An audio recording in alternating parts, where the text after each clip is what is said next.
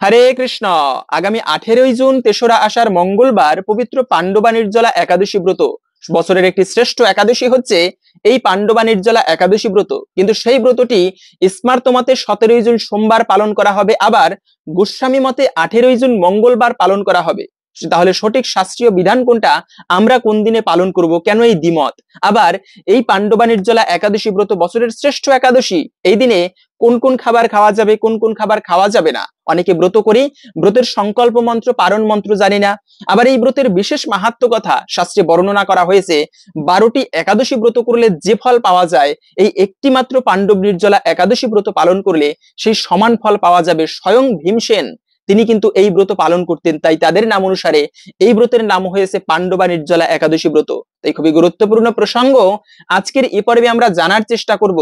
সকলকে স্বাগতম জানাচ্ছি আমাদের এই ধর্মীয় তথ্যমূলক চ্যানেলে। আমরা চেষ্টা করি এরকম সনাতন ধর্মের গুরুত্বপূর্ণ তথ্যগুলোকে আপনাদের সাথে উপস্থাপন করতে, শেয়ার করতে। তাই আসুন আগামী কিছুক্ষণ সময় একসঙ্গে ধৈর্য ধরে আজকের এই গুরুত্বপূর্ণ তথ্যগুলো জেনে নেই। আশা করছি এই তথ্যগুলো আপনাকে অবশ্যই সমৃদ্ধ করবে, এবং ভালো লেগে থাকলে অবশ্যই একটা লাইক করে কমেন্টে পাণ্ডব নির্জলা একাদশীর নামটি অথবা আপনার ইষ্ট দেবতার নামটি একবার হলেও লিখে যাবার অনুরোধ জানাচ্ছি। দেখেন, প্রথমত বলে দিচ্ছি, এই যে দ্বিমত, কেন 17ই জুন স্মার্ত মতে পালন করা হবে, আবার গোস্বামী মতে কেন 18ই জুন পালন করা হবে, প্রকৃত শাস্ত্রীয় বিধান কোনটা, আমরা কোন দিনে পালন করব। মনে রাখবে, স্মার্ত মত এবং গোস্বামী মত, যদিও আমি ব্যক্তিগতভাবে কোনো মতকে হেয় করতেছি না বা ছোট করার জন্য বলতেছি না, তবে প্রকৃত শাস্ত্রীয় বা বিশুদ্ধ মত হচ্ছে কিন্তু গোস্বামী মত, হরিভক্তি বিলাসের মত। এই গোস্বামী মতে আমাদের যে কোনো ব্রত পালন করা উচিত, এটাই হচ্ছে প্রকৃত বিশুদ্ধ মত। আমরা অনেক সময় স্মার্ত মত পালন করি, তবে সেটা হচ্ছে প্রকৃতই জাগতিক মত, এবং প্রকৃত বিশুদ্ধ মত হচ্ছে স্মার্ত মত। আমরা সাধারণ পঞ্জিকায় যে গণনা দেখতে পাই, এই যে আমরা একাদশী ব্রতগুলো পালন করি, এটা কিন্তু সাধারণ পঞ্জিকার গণনা অনুসারে নয়। এটা হচ্ছে চান্দ্র পঞ্জিকা এবং সৌর পঞ্জিকা রয়েছে। সেই চান্দ্র পঞ্জিকার গণনা অনুসারে বা হিসাব অনুসারে এটি হচ্ছে জ্যৈষ্ঠ মাসের শুক্লপক্ষের এই পাণ্ডব নির্জলা একাদশী ব্রত। সেজন্য জ্যৈষ্ঠ মাসের শুক্লপক্ষের এই পাণ্ডব নির্জলা একাদশী ব্রত পড়েছে প্রকৃতই 18ই জুন মঙ্গলবারে, এবং চান্দ্র পঞ্জিকা অনুসারে বলা হয়েছে এই মঙ্গলবারে আমাদের পাণ্ডবা নির্জলা একাদশী ব্রত পালন করতে হবে। এবার গোস্বামী মতের বিচার অনুসারে তারা হচ্ছে আগের দিনে সোমবারে পালন করতে পারবে, মানে পালন করবে। তো আমি পার্সোনালি বলবো না যে আপনি এই দিনেই করতে হবে, তবে সাধারণত বিশুদ্ধ মত হচ্ছে গোস্বামী মত, এবং সেই মতে শুধু গোস্বামী মত নয়, নিম্বার্ক মতেও 18ই জুন মঙ্গলবার এই ব্রত পালন করবে, এবং আমরাও এই ব্রত সাধারণত 18ই জুন পালন করব। আপনিও আমাদের মতো করতে পারেন। আর একটা বিষয় হচ্ছে যে একাদশীর আগের দিন অবশ্যই স্নান করে সংকল্প মন্ত্র বলতে হয়, কিন্তু আমরা এইটা ভুল করি, কি সংকল্প মন্ত্র পাঠ করি না বা সংকল্প করি না। মনে রাখবে, যে কোনো ধর্মানুষ্ঠান করা হোক না কেন, সংকল্পবিহীন সেই ধর্মানুষ্ঠানের সম্পূর্ণ ফল লাভ করা যায় না।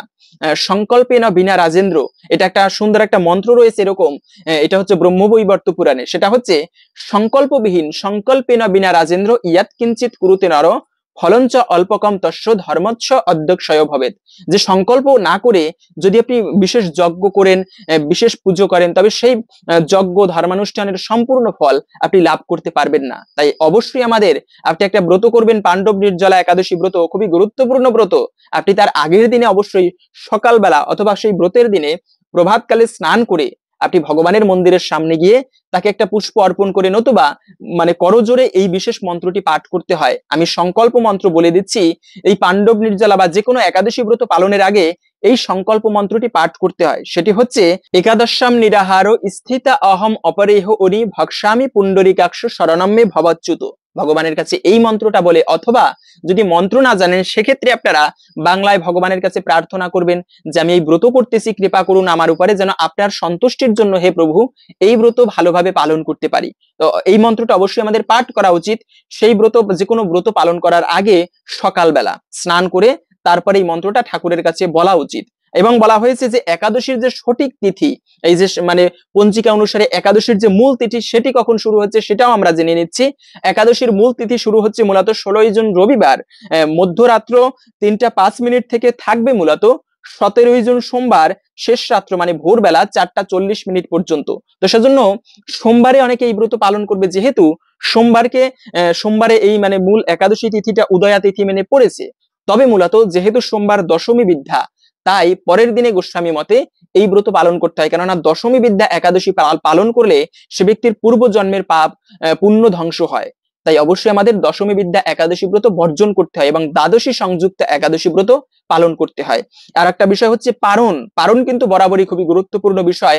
আমি যত ভিডিও করেছি একাদশীর প্রত্যেকবার পারণের কথা বলি, কেননা আপনি ব্রত করলেন কষ্ট করে, এই যে পাণ্ডব নির্জলা একাদশী ব্রত কষ্ট করে পালন করলেন, কিন্তু সঠিক সময়ের মধ্যে যদি পালন করতে না পারেন সেক্ষেত্রে কিন্তু এই ব্রতের আংশিক ফল মানে সম্পূর্ণ ফল আপনি লাভ করতে পারবেন না। তাই মুনি ঋষিরা পর্যন্ত ব্রত করার পরে একাদশী ব্রত সঠিক সময়ের মধ্যে পালন করত, এবং এই পালনের সঠিক সময় হচ্ছে যারা ব্রত করবেন সেটা হচ্ছে পরের দিনে, যেমন মঙ্গলবার ব্রত করবেন, মঙ্গলবারের পরে হচ্ছে বুধবার, এই বুধবারে আপনারা পালন করবেন সকালবেলা 5টা 11 মিনিট থেকে 8টার মধ্যে, আপনারা সকাল 5টা 11 মিনিট থেকে 8টার মধ্যে পালন করে নেবেন। এবং সেই পালন করার সময় একটা মন্ত্র রয়েছে, সেই মন্ত্রটি বলে আমাদের অবশ্যই পালন করা উচিত। আমরা এই পালনের সময় মন্ত্র জানি না, ভগবানের প্রসাদ দিয়ে অথবা নিরামিষ খাবার দিয়ে কিন্তু পালন করা উচিত, ভগবানের কাছে বিশেষভাবে প্রার্থনা করে। সেই পালন মন্ত্রটি হচ্ছে অজ্ঞান তিমিরান্ধস্য ব্রত নানে না কেশবা প্রসিদ সুমুখনাথ জ্ঞানদৃষ্টি প্রদভব। এই মন্ত্রটা অনেকে অনেক রকম মন্ত্র দিয়ে থাকে, তবে এটা হচ্ছে প্রকৃতই হরিভক্তি বিলাস অনুসারে এই একাদশীর পালনের মন্ত্র। আর একটা বিষয় হচ্ছে এই যে পাণ্ডবা নির্জলা একাদশী ব্রত আপনারা চেষ্টা করবেন অবশ্যই যারা পারবেন নির্জলা ব্রত করতে। কেন? কেননা যদি কোনো ব্যক্তি, আমরা এই যে ব্রত করি একাদশী, সাধারণত 3 ধরনের ব্রত হয়, একটা হচ্ছে উত্তম, একটা মধ্যম, একটা কনিষ্ঠ। উত্তম ভাবে যদি আপনি ব্রতের ভালোভাবে ফল লাভ করতে চান তবে উচিত আমাদের নির্জলা ব্রত করা। নির্জলা মানে হচ্ছে নির্জলা মানে জলপান পর্যন্ত করবে না, সারাদিনটি একেবারে জলপানবিহীন থাকবে, জলটুকু পর্যন্ত পান করবে না, ফল ফলাদি তো দূরের কথা। এভাবে ব্রত করলে সেই ব্রতের সম্পূর্ণ ফল লাভ করা যায়, এটা হচ্ছে প্রকৃতই উত্তম নিয়ম। তবে বর্তমানে হচ্ছে কলিযুগ, যারা প্রতিটা একাদশী ব্রত পালন করে এভাবে নির্জলা ব্রত করতে গেলে অনেক সময় শারীরিক সমস্যা হয়, সেক্ষেত্রে আপনারা সকল ব্রত পালন না করলেও যারা পারবেন তারা আপনারা অবশ্যই এই পাণ্ডব নির্জলা একাদশী ব্রত শ্রেষ্ঠ ব্রত, এই ব্রতটি চেষ্টা করবেন নির্জলা করতে। যদি কষ্ট হয় তবে সেক্ষেত্রে আপনারা ফলমূল গ্রহণ করবেন। মানে নির্জলা ব্রতের পরে আর একটা হচ্ছে মধ্যম। মধ্যম হচ্ছে ফলমূল গ্রহণ করে আপনারা সকাল দুপুর 12টার পরে অথবা সন্ধ্যার ঠাকুরের পুজোর পরে হালকা অনুকল্প প্রসাদ ফলমূল গ্রহণ করে এই ব্রত করতে পারেন। তবে বলার উদ্দেশ্য হচ্ছে সম্ভব হলে অবশ্যই নির্জলা ব্রত করবেন। আর একটা বিষয় হচ্ছে এই দিনে কোন কোন খাবার খাওয়া যাবে, যারা ফলমূল খেয়েও হচ্ছে না তারা আপনারা অবশ্যই মনে রাখবেন আলুর দম করতে পারেন, আলুর পায়েস করতে পারেন, এভাবে করে আপনারা লাউ রান্না করে, মানে লাউ বলতে আপনারা পেঁপে সবজি রান্না করে খেতে পারেন, কুমড়া সবজি রয়েছে, এগুলো আপনারা রান্না করে ঘ্যাট করে, তবে মনে রাখবে সেখানে ঘি অথবা সূর্যমুখী তেল ব্যবহার করবে, বাদাম তেল দিতে পারেন, কিন্তু বেশি অতিরিক্ত মশলা পাঁচফোড়ন এগুলো কিন্তু দেওয়া যাবে না, এগুলো একাদশীর দিনে নিষিদ্ধ রয়েছে। যেমন হালকা ভাবে আপনারা মরিচ, তারপরে হচ্ছে হলুদ এগুলো ব্যবহার করতে পারেন, কিন্তু যে লবণ ব্যবহার করব, অনেক সময় অনেকে বলে সেই লবণ কি সন্দক লবণ হতে হবে? হ্যাঁ, অবশ্যই একাদশীর লবণ উচিত সন্দক লবণ ব্যবহার করা। তবে বাড়িতে আমরা সাধারণত যে লবণ ব্যবহার করি খাবার সময় সেই লবণ কিন্তু দেওয়া উচিত নয়, কেননা তাতে পঞ্চ রবিশস্যের সংমিশ্রণ থাকে, এতেও কিন্তু ব্রতে দোষ লাগে। তাই অবশ্যই আমাদের একাদশীর রান্না বান্নার জন্য আলাদাভাবে অথবা নতুন পাত্র থেকে ব্যবহার করা উচিত। যারা সবজি রান্না করে যে ফল খেয়ে হচ্ছে না সেক্ষেত্রে আপনারা অবশ্যই পেট ভরে সবজি প্রসাদ রান্না করে ভগবানকে ভোগ অর্পণ করে সেই প্রসাদ গ্রহণ করেও আপনারা এই ব্রত করতে পারেন। এতে ব্রতের হয়তোবা তত ফল লাভ করতে পারবেন না সম্পূর্ণ ফল, তবে অবশ্যই এই ব্রতের ফল আপনি লাভ করতে পারবেন। সেজন্য মনে রাখবে এই দিনে কি কি খাবার খাওয়া যাবে, তবে দুগ্ধ খেতে পারেন, মানে গাভীর দুধ, তারপরে যে কোনো সবজি রান্না করে খেতে পারেন। সেক্ষেত্রে আপনারা পাতাকপি, তারপরে হচ্ছে পুঁই শাক, ঢেঁড়স এগুলো কিন্তু খাওয়া যাবে না একাদশীতে, এটাও মনে রাখতে হবে। তবে বিশেষ যে খাবারগুলো খাওয়া যাবে না সেগুলো হচ্ছে পঞ্চ রবিশস্য। যে ব্যক্তি একাদশীর দিনে পঞ্চ রবিশস্য গ্রহণ করে সে ব্যক্তি কিন্তু সকল পাপের ভাগী হয়, পাপ না করেও। আপনি পাপ করবেন না, কিন্তু একাদশীর দিনে পঞ্চ রবিশস্য গ্রহণ করায় সকল পাপের ভাগী হতে হয়। কেন? কেননা একাদশীর দিনে সেই ভয়ানক পাপ পুরুষ পঞ্চ রবিশস্যের মধ্যে আশ্রয় গ্রহণ করে। তাই বিশেষভাবে শাস্ত্রে নিষিদ্ধ করা হয়েছে একাদশীর দিনে পঞ্চ রবিশস্য গ্রহণ করাকে। এবং অনেকে বলে থাকেন যে অসুস্থ হলে, যেহেতু আমরা শুনেছি যে একাদশী না করলে সকল পাপের ভাগী হতে হয়, সেক্ষেত্রে কথা হচ্ছে অসুস্থ হলেও কি ব্রত করতে হবে? হ্যাঁ, মনে রাখবে 8 থেকে 80 বছর পর্যন্ত প্রত্যেকের জন্য উচিত একাদশী ব্রত পালন করা। 8 থেকে 80 সকলের জন্য একাদশী। তাহলে অসুস্থ হলেও কি ব্রত করতে হবে? হ্যাঁ, অবশ্যই চেষ্টা করবেন এই ব্রত পালন করতে। অসুস্থ হলে আপনারা সবজি রান্না করে পেট ভরে প্রসাদ পেয়ে ব্রত করুন। মনে রাখবে মানে একাদশীর দিনে একাদশী ব্রত করে ঔষধ ব্রাহ্মণ মানে ঔষধ খেতে পারবেন। কি কি খাবার খাওয়া যাবে তার মধ্যে একটা হচ্ছে ঔষধ সেবন করতে পারবেন, ব্রাহ্মণ এবং গুরুবাক্য এগুলো গ্রহণ করা যাবে। তাই আপনারা অবশ্যই এই একাদশীর দিনে আপনারা ব্রত করবেন, অসুস্থ হলেও চেষ্টা করবেন ব্রত করতে, কেননা ভগবান দেখবে আপনি অসুস্থতার মধ্যেও এই ব্রত করতেছেন, কষ্ট করতেছেন, তবে ভগবান আরো বেশি খুশি হয়। আমরা ব্রত কেন করি? উপবাস। উপ মানে হচ্ছে নিকটে, বাস মানে বাস করা। উপবাস শব্দের প্রকৃতই অর্থ হচ্ছে ভগবানের সন্নিকটে বাস করা, ভগবানের আরো কাছে আসা যায় এই উপবাস বা ব্রত করার মাধ্যমে। ব্রত কিন্তু সনাতন ধর্মের সৃষ্টিকর্তার কৃপা লাভ করার জন্য একটা বিশেষ গুরুত্বপূর্ণ মাধ্যম। আপনারা অবশ্যই, স্বয়ং ভীমসেন প্রশ্ন করেছিল ভগবান শ্রীকৃষ্ণকে যে প্রভু, আমার পেটে এমন একটা মানে ক্ষুধার অগ্নি রয়েছে যাকে বলা হয় জঠরাগ্নি, সেই অগ্নির কারণে আমি ক্ষুধাকে সহ্য করতে পারি না, আমাকে সারাক্ষণ খেতে হয়। তো আমি তো এজন্য একাদশী ব্রত পালন করতে পারি না। আমার দাদারা মানে দাদা যুধিষ্ঠির এবং যারা ভাই রয়েছে 4 ভাই এই ব্রত পালন করে, এমনকি দ্রৌপদী পর্যন্ত এই ব্রত পালন করে, কিন্তু আমি করতে পারি না। মানে আমি খেতে হয় সব সময়, আমি কষ্ট হয় অনেক, না খেয়ে থাকতে পারি না। তবে আমার মানে এমন একটা ব্রতের কথা বলুন যে ব্রতটা পালন করলে অন্য সমস্ত ব্রতের ফল আমি লাভ করতে পারবো। তখন ভগবান শ্রীকৃষ্ণ বলেছেন, দেখো কোনো ব্রতেই বা একাদশীর দিন আমাদের পঞ্চরবি শস্য গ্রহণ করবে না, তবে অন্ততপক্ষে এই পাণ্ডব নির্জলা একাদশী ব্রতটি আর কিছু পারো বা না পারো একেবারে ভক্তি ভরে নির্জলা ভাবে ব্রত করবে, তাহলে আশা করি তুমি এই সমস্ত ব্রতের ফল অনায়াসে লাভ করতে পারবে। তো সেজন্য পাণ্ডবরা পর্যন্ত ভক্তি ভরে এই ব্রতটি পালন করতো, তাই তাদের নাম অনুসারে এই ব্রতের নাম হয়েছে পবিত্র পাণ্ডবা নির্জলা একাদশী ব্রত। সকলের উচিত এই একাদশী ব্রতটি ভক্তি এবং শ্রদ্ধার সহিত পালন করা। অনেকে বলে থাকেন যে সধবা মায়েরা এই একাদশী ব্রত নাকি করতে পারবে না, মানে অনেকে যারা পালন না করে, এরা কারা বলে আমি বলে দিচ্ছি, যে সমস্ত ব্রাহ্মণেরা অথবা যারা একাদশী ব্রত না করি তারা শাস্ত্রের বিভিন্ন যুক্তি দেখায়, অপব্যাখ্যা দেয়, মানে ব্যাখ্যা তো নয় অপব্যাখ্যা। আরে সধবা মায়েরা একাদশী ব্রত করে, তোমার স্বামী মারা যাবে, সন্তানের অকল্যাণ হবে, অকাল মৃত্যু হবে তাদের, এটা সম্পূর্ণ অপব্যাখ্যা, কোনো শাস্ত্রে বলা হয়নি। এই যে দেখেন দ্রৌপদী পালন করতো এই একাদশী ব্রত, কোথায়? তার তো অমঙ্গল হয়নি, ভগবান তাকে বিশেষভাবে কৃপা করেছেন। দ্রৌপদী করতো না, স্বয়ং মা পার্বতী তিনিও তো সধবা, তিনিও তো এই ব্রত পালন করেন। মা পার্বতী, প্রভু শিব, তারা ব্রত পালন করে, আমরা অজুহাত দেখাই। তাই কখনো অজুহাত দেখানো উচিত নয়।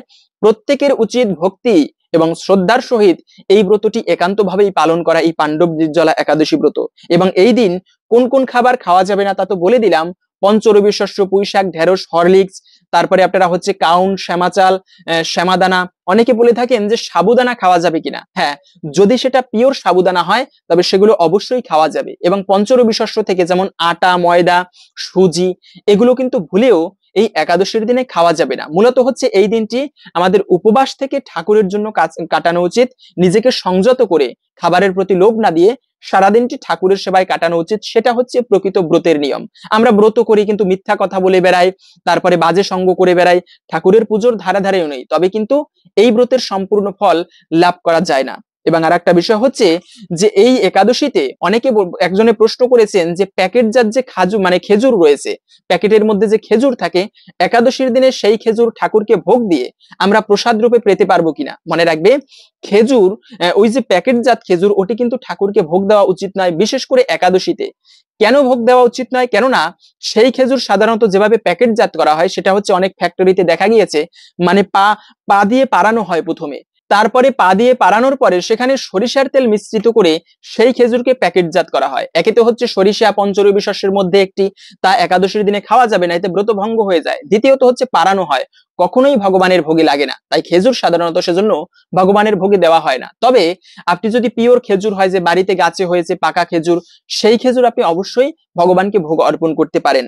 এবং উপবাস করে, একজন মা আমাকে এরকম প্রশ্ন করেছেন যে আমি উপবাস করি কিন্তু পরিবারের কারণে আমাকে আমিষ রান্না করে দিতে হয়, পরিবারের কারণে কিছু করার নেই, সেক্ষেত্রে কি ঠাকুর আমার প্রতি অপরাধ নেবেন বা আমার এই ব্রত হচ্ছে কিনা?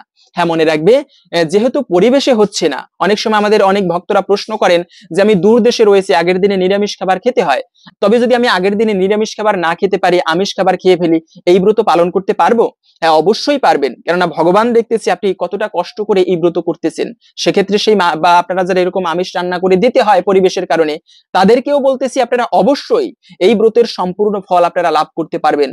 তাই অবশ্যই প্রত্যেকে ব্রত করবেন। এবং যদি পরিবেশের কারণে আমিষ রান্না করে দিতেও হয়, প্রথমত হচ্ছে আমাদের পরিবেশের অনুকূলে চলা উচিত। আমি ব্রত করেও অনেক সময় পরিবেশের কারণে পারা যায় না, আমিষ রান্না করে দিতে হয়, সেক্ষেত্রে পরিবারের সকলকে বোঝানো উচিত যে দেখেন এই একাদশীর দিনে আমিষ ভক্ষণ করা উচিত নয়। যদি তারপরেও তারা না বোঝে, দরকার নেই, ভগবান তো দেখতেছে এই কষ্টের মধ্যেও, মানে এই অনুকূল পরিবেশের মধ্যেও আমি ব্রত করতেছি, মানে এই আমার পরিবেশ আমার পক্ষে নয়, তারপরেও যে ব্রত করি এতে ভগবান অবশ্যই খুশি হয়, এটা অপরাধের নয়। তবে সকলকে বোঝানো উচিত, যদি না বোঝে কিছু করার নেই, সেইভাবে আমাদের ব্রত করা উচিত, এটা একটু কষ্ট করে মানিয়ে নেওয়া উচিত। এবং সকলের আমাদের বোঝা উচিত যে পরিবারে যদি কেউ একাদশী ব্রত পালন করে, তাকে দিয়ে ওই দিন কষ্ট করাবো না, সেজন্য ঠাকুরের সেবায় মন দিতে পারে, সেই দিনটা আমাদেরও বোঝা উচিত সকলের। এবং এই যে একাদশী ব্রত, পাণ্ডব নির্জলা একাদশী ব্রত, তার বিশেষ মাহাত্ম্য কথা শাস্ত্রে বর্ণনা করা হয়েছে, যা শ্রবণ করলেও বলা হয়েছে সে ব্যক্তির অন্তিমে বৈকুণ্ঠ ধামে গতি হয়।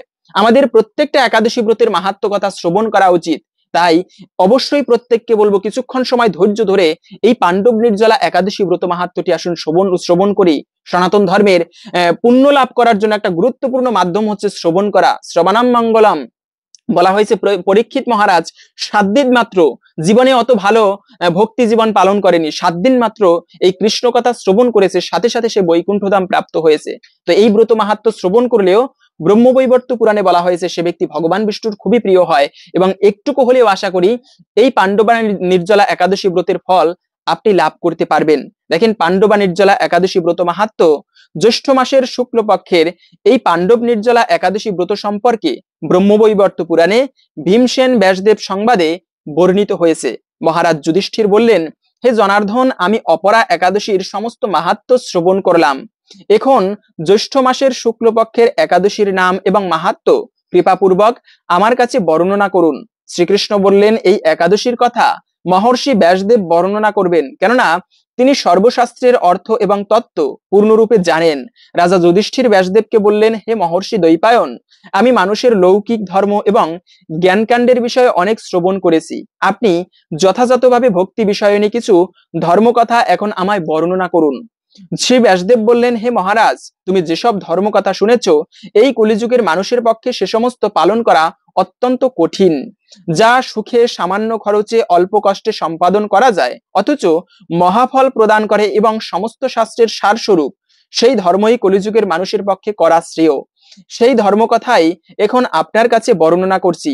উভয় পক্ষের একাদশীর দিনে ভোজন না করে উপবাস ব্রত করবে, দ্বাদশী দিনে স্নান করে শুচিশুদ্ধ হয়ে নৃত্যকৃত সম্পাদন করে শ্রীকৃষ্ণের পূজা অর্চনা করবে, এরপর ব্রাহ্মণদেরকে প্রসাদ ভোজন করাবে। অশৌচাদিতেও এই ব্রত কখনো ত্যাগ করা উচিত নয়। যে সকল ব্যক্তি স্বর্গে যেতে চায় তাদের সারা জীবন এই ব্রত পালন করা উচিত। পাপকর্মে রত এবং ধর্মহীন ব্যক্তিরাও যদি এই একাদশীর দিনে ভোজন না করে, তবে তারা যমযাতনা থেকে রক্ষা পায়। শ্রী ব্যাসদেবের এসব কথা শুনে গদাধর ভীমসেন অসত্য পাতার মতো কাঁপতে কাঁপতে বলতে লাগলেন, হে মহাবুদ্ধি পিতামহ, মাতা কুন্তী, দ্রৌপদী, ভ্রাতা যুধিষ্ঠির, অর্জুন, নকুল ও সহদেব এরা কেউই একাদশীর দিনে ভোজন করে না। আমাকেও অন্ন গ্রহণ করতে নিষেধ করে, কিন্তু দুঃখ সহ ক্ষুধা যন্ত্রণার জন্য আমি উপবাস করতে পারি না। ভীমসেনের এরকম কথায় ব্যাসদেব বলতে লাগলেন, যদি স্বর্গাদি দিব্যধাম লাভে তোমার একান্ত ইচ্ছা থাকে, তবে উভয় পক্ষের একাদশীতে ভোজন করবে না।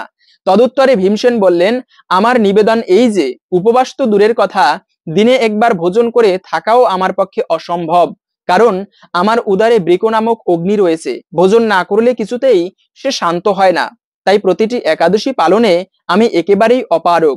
হে মহর্ষি, বছরে একটি মাত্র একাদশী পালন করে যাতে আমি দিব্য ধাম লাভ করতে পারি, এরকম কোনো একাদশীর কথা আমাকে নিশ্চয় করে বলুন। তখন ব্যাসদেব বললেন, জ্যৈষ্ঠ মাসের শুক্লপক্ষের একাদশীতে জলপান পর্যন্ত না করে সম্পূর্ণ উপবাস করবে, তবে আসমনে দোষ হবে না। এই দিন অন্নাদি গ্রহণ করলে ব্রত ভঙ্গ হয়।